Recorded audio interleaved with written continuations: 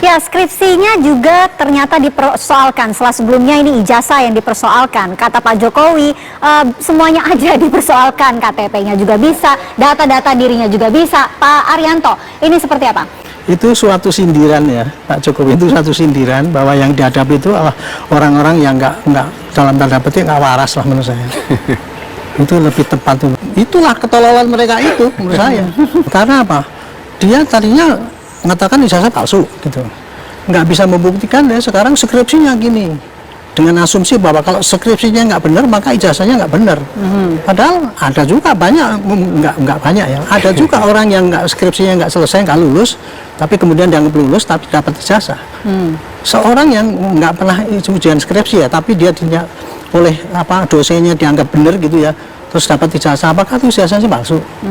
Jadi dia mau menggiring ya kepada tesisnya apa skripsinya itu nggak benar, berarti yang di sana nggak benar. Sama juga ini Pak Jokowi kan dulu Pak bohong, berarti dia suka bohong itu. Itu kayak gitu yang diajak, yang digiring oleh mereka itu. Saya betul-betul kasihan ya mereka itu. Katanya ahli, tapi dalam penelitian itu tadi kan saya ini menjamin penelitian itu benar. Tetapi begitu dikejar sampelnya yang Anda pakai apa? Disiplin sampelnya apa? Nggak mau dia. Padahal kalau yang namanya penelitian itu ya, forensik, sampelnya harus betul-betul memang valid gitu.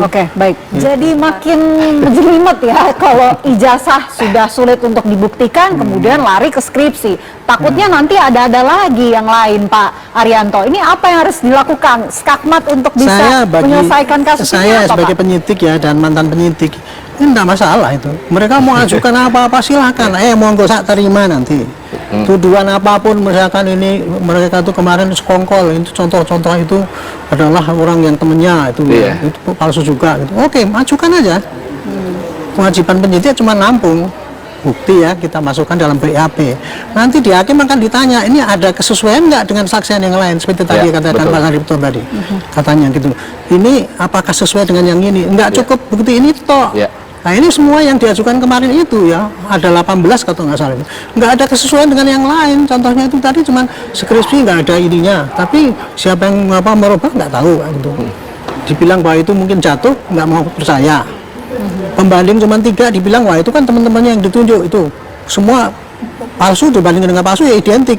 Itu kan konyol. Itu justru argumentasi yang kayak gitu tuh namanya itu pembohongan tuh. Itu masuk juga di dalam kebohongan oleh hakim, nanti dinilai kan gitu. Jadi bagi kami ya gitu, mau ngajukan apapun silahkan, nggak apa-apa, kita tampung nanti.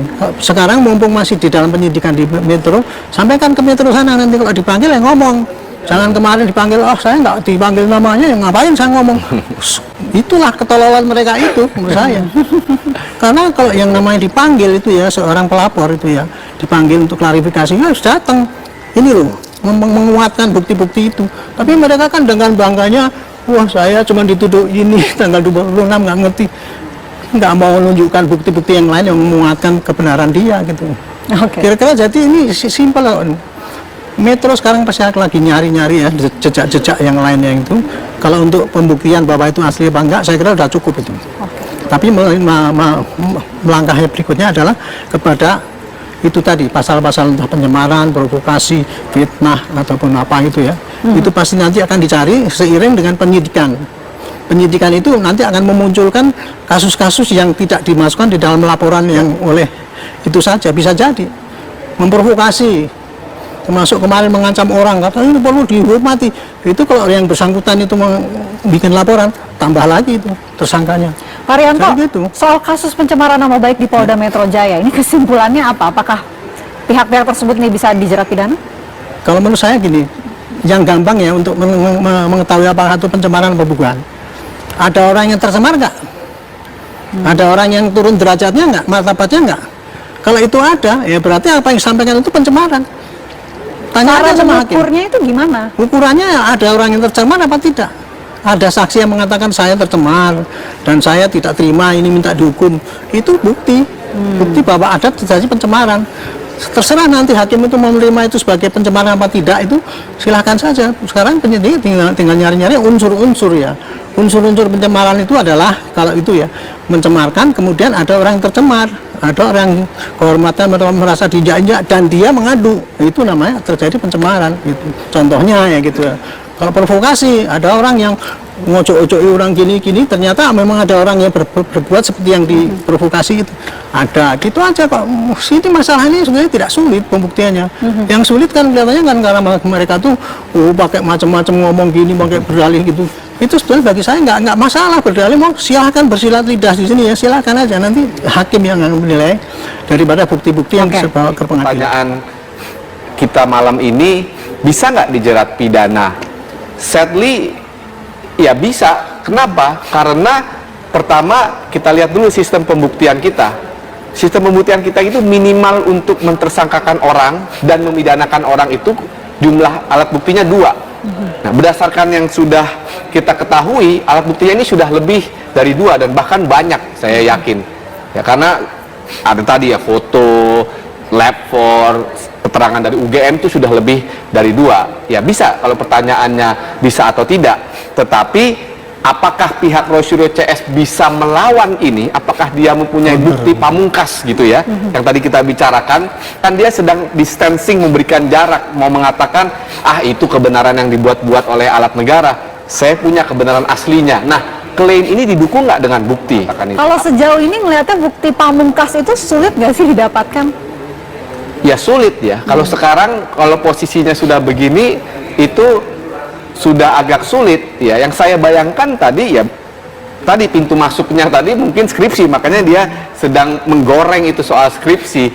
Karena begini, mau mengatakan kalau UGM udah bilang benar lulus, kemudian lab 4 Bareskrim, dan Bareskrim ini kan polisi, lebih tinggi derajatnya dari Polda Metro, ya dia pasti akan referensinya ke sana. Kemudian ada saksi-saksi lain, nah ini kan udah terpojok. Nah, bukti krusial apa? Misalnya bukti krusialnya yang pertama mau menunjukkan UGM ini kong kali kong juga ternyata. UGM ini ikut serta dalam fabricated design ini, bahwa sebenarnya Pak Jokowi itu nggak lulus tapi oleh UGM dibilang lulus. Nah, bukti apa yang bisa mengatakan itu? Wah, itu banyak. Misalnya saksi, ada nggak saksi yang bisa mengatakan itu? Iya. Atau bisa nggak membantah foto-foto misalnya ikut KKN? Ada nggak saksi yang bilang, oh ternyata nggak ikut KKN, itu tempel fotonya editan? Nah, itu seperti itu. Wah, menarik sekali ya teman-teman. Apa yang disampaikan oleh penasihat Kapolri, yaitu Ijen Pol Purnawirawan Irianto tadi. Kita sama-sama dengar tadi ya, beliau mengatakan bahwa Roy Suryo CS ini dalam tanda kutip tidak waras dalam persoalan kasus ijazah Pak Jokowi ini. Ya wajar aja sih jika kemudian Pak Irianto menilai bahwa Roy Suryo CS ini tidak waras, teman-teman. Coba bayangin aja. Belum selesai mengenai polemik ijazah, sekarang sudah pindah nih ke skripsinya Pak Jokowi, di mana mereka ini berencana ingin melamporkan Pak Jokowi terkait skripsinya. Lah wong yang masalah ijazah Pak Jokowi aja mereka nggak sanggup membuktikan tuduhannya, kok sekarang malah merembet ke skripsi Pak Jokowi. Jadi memang benar-benar udah nggak waras ya gerombolan Roy Suryo CS ini, teman-teman. Kalau mereka waras, tentunya mereka sekarang ini nggak akan bicara lain selain ijazah. Sekarang mereka ini kan sedang menghadapi proses hukum di Polda Metro Jaya atas laporan Pak Jokowi beberapa waktu yang lalu atas dugaan fitnah, pencemaran nama baik, dan juga dugaan pelanggaran Undang-Undang ITE. Nah, seharusnya mereka fokus dulu nih ke persoalan proses hukum di Polda Metro Jaya ini sebelum bicara yang lainnya, termasuk bicara tentang skripsi. Maksud saya, fokus nyari bukti-bukti untuk membela diri. Buktikan nih bahwa tuduhannya terkait ijazah Pak Jokowi yang katanya palsu itu benar adanya agar tidak ditetapkan sebagai tersangka. Jadi bukan malah bicara kemana-mana dulu, termasuk bicara skripsi Pak Jokowi. Atau jangan-jangan mereka sendiri udah tidak mampu lagi untuk membuktikan bahwa ijazah Pak Jokowi tersebut palsu. Sehingga mereka nyari jalan lain nih untuk menyerang Pak Jokowi. Dan mereka masuk lewat skripsinya Pak Jokowi. Aduh, mending kalian jangan maksa deh. Saya yakin cara kalian gak bakalan berhasil juga. Percayalah, baik ijazah maupun skripsi Pak Jokowi itu memang benar-benar asli. Jelas-jelas UGM sudah menyatakan asli. Teman-teman kuliah Pak Jokowi juga sudah banyak yang memberikan kesaksiannya bahwa Pak Jokowi itu benar-benar kuliah di UGM dan lulus. Ditambah lagi dengan keterangan dari Mabes Polri yang juga sudah menyatakan bahwa ijazah Pak Jokowi itu identik dan asli. Terus apalagi sih yang kalian mau? Semuanya sudah jelas, tapi kalian ini aja masih ngotot untuk mengatakan ijazah Pak Jokowi tersebut palsu. Makanya pantas saja kalau kemudian Pak Irianto menyebut kalian ini gerombolan orang-orang yang tidak waras. Kalau kalian gimana teman-teman? Setuju nggak dengan pendapat penasehat Kapolri tersebut? Bahwa Roy Suryo CS ini kumpulan orang-orang yang tidak waras. Coba kalian tulis ya di kolom komentar. Oke, sekian dulu video kali ini dan nantikan video-video berikutnya ya. Bye!